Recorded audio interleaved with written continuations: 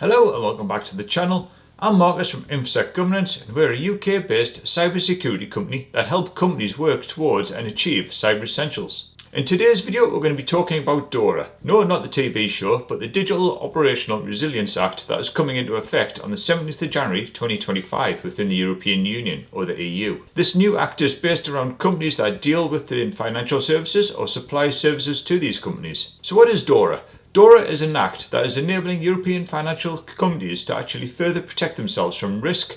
It will build upon the existing requirements for information security, and these changes will also apply to companies that provide and supply services to these financial companies. So for example, cloud-based services, managed services, analytics and so forth. The DORA Act will mandate that anyone who falls under this act will have the necessary safeguards in place to safeguard themselves from not only a cyber-based threat, but also protect themselves against disaster recovery, business continuity, so making sure that businesses can continue to run should a service go offline. So for example, if your cloud services goes offline, your internet or a third-party supplier goes out of business, you can still recover, you can still provide your services. So how will DORA affect you as a business? Even if you're a UK business or a business outside the European Union, you might still have to comply with the DORA Act.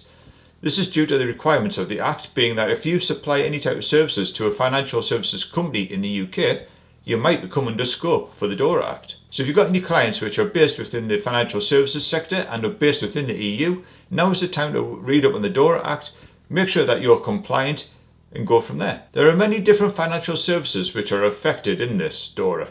Some of the main ones are going to be financial and insurance services, lenders, investment firms, payments, credit card agencies, financial system providers, and things like that. Now when it comes to knowing how to actually comply with the Act, there's 6 steps to look out for, which for the most part companies are already going to have stuff in place.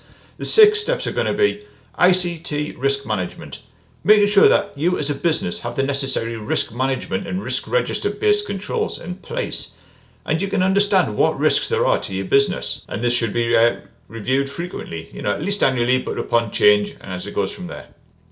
We've got ICT third-party risk. So looking at the risk in the management or monitoring your third-party providers and ensuring that any risk is reduced from them. Checking on contractual and SLA obligations with your suppliers.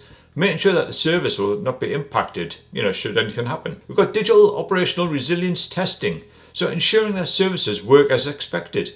Making sure that you test your systems from start to finish and make sure that you're fully resilient and reliant. We've got ICT related incidents, so making sure that you've got appropriate incident management plans in place and that people within your business know and how to deal with an incident should one happen.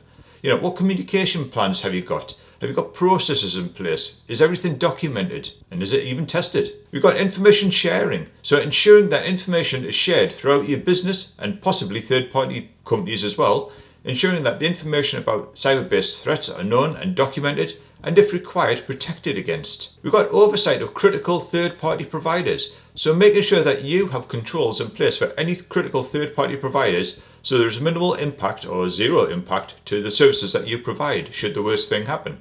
So do you have multiple providers in place? Have the providers got resilience and availability controls in place? Maybe have your systems hosted in more than one area. So how do you as a business work towards compliance? Well, for the most part, the best practices to information security, such as Cyber Essentials, ISME Cyber Assurance, ISO 27001, then you're likely already covered for most parts of the business. There might be only a few areas that you need to tweak or work upon. However, you should have a look at some of these following areas here. So determine whether you are in scope of DORA or not. Obviously, this is a big part of it. Do you work or do you deal with financial services within the EU? If you do, you're going to be in scope. If you don't, you've got a nice easy day. Perform a risk assessment of your business and look at all the areas of possible risk. Not just business related risk, but also look at supply chain, cyber related risks. Document those risks, make sure you mitigate them. Educate people within your business and ensure that there are enough resources within the business to actually understand the requirements for compliance.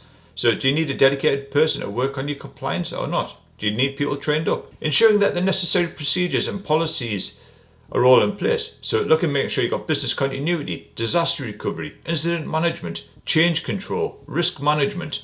Making sure people are aware of that and your business actually knows what to do with it. And regularly review not just your own business but third-party and supply chain businesses as well, to ensure that anyone who deals with financial services within the EU are covered, and you're ensuring that nothing has changed since the last time you did these checks. If they have, update your communication, update your documents, your processes, just to make sure everything's fully compliant. And if you would like to learn a little bit more about DORA, you can find the official page from the EOPA site, which I'll list in the description below this video.